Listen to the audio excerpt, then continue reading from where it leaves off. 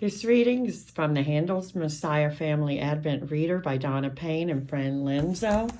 And we are in the third week in Advent, on Saturday, or day 7, And this is called the Reindeer People. Come unto him, all ye that labor and are heavy laden, and he will give you rest. Take his yoke upon you and learn of him, for he is meek and lowly in heart, and you shall find rest unto your souls.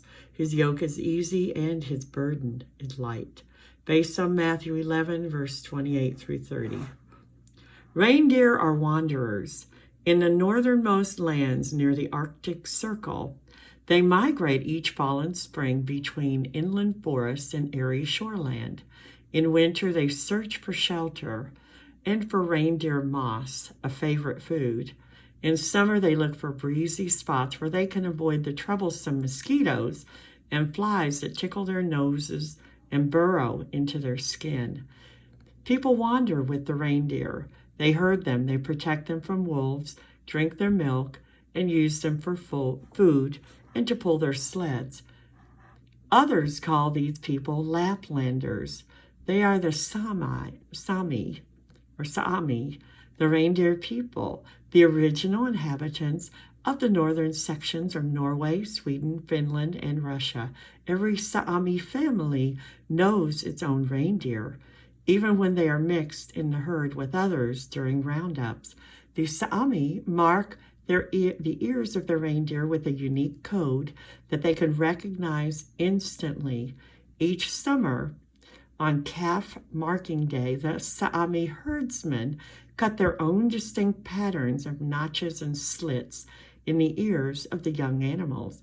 It is no easy job to separate the babies from their mothers, and the Sami do it much like the cowboy brands his cows. They team up to herd, corral, and lasso the young reindeer. Although the different families share the work of herding, the ear marking patterns are not shared. Sometimes one ear shows which specific person owns the reindeer, while the other ear shows the general family name. It's as if the reindeer were wearing the first and last names of their owner. The tamest reindeers are called harks. A well-trained hark with a bell around its neck is a very valuable leader. The Sami can guide it with a rope, and all the other reindeer will follow, even into a dark forest where they can't see whether there is danger. The reindeer herd will follow the hark as if they were sheep trotting after a shepherd. Sometimes the herdman wear a bell himself and keep his hands free. An especially good lead hark will just follow the sound of the bell. The rest of the herd will calmly walk behind. The Sami call this following empty.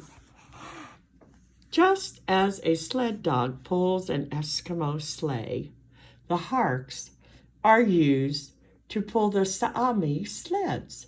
Their sleds are called pulkas. They have no runners and look like canoes. They slide along the snow as smoothly as a boat slides through water.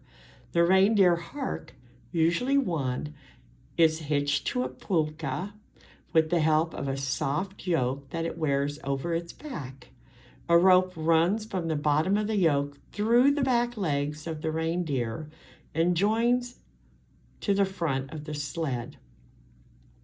Reindeer are very strong and fast. Their ankles make a strange clicking and snapping sound when they run.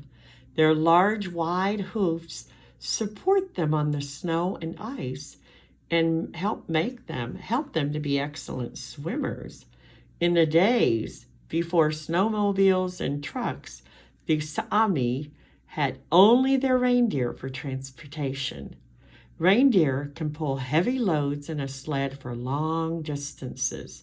A single reindeer can pull a burden weighing more than 500 pounds for 40 miles in one day. If a hark has to carry a heavy burden downhill, the Sami will tie another hark to the back of the sled to act as a brake. But if the reindeer has to pull up a steep hill, it has to do so by itself, sometimes dropping to its knees to get that heavy load uphill. Sometimes humans feel like Hark, hooked to a heavy sled.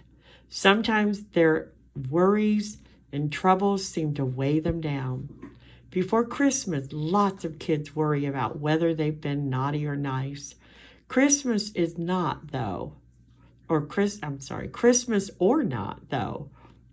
It is a good thing to consider our wrong deeds and thoughts and to think about our sins. The guilt they bring is the biggest burden anyone carries. This is why one of the promises of Jesus is so wonderful. He said, "Come to me, all you who are weary and burdened, and I will give you rest. For my yoke is easy and my burden is light." Matthew chapter 11, verses 28 and 30. When God forgives us, he takes away the heavy load of our guilt and sin. He lays a new burden on us, a burden of obedience. It is an easy burden because he helps us carry it. We can bear God's yoke in hope and joy and peace. We can follow Jesus then, like sheep follow the voice of their shepherd, like reindeer follow the bells of the Sami.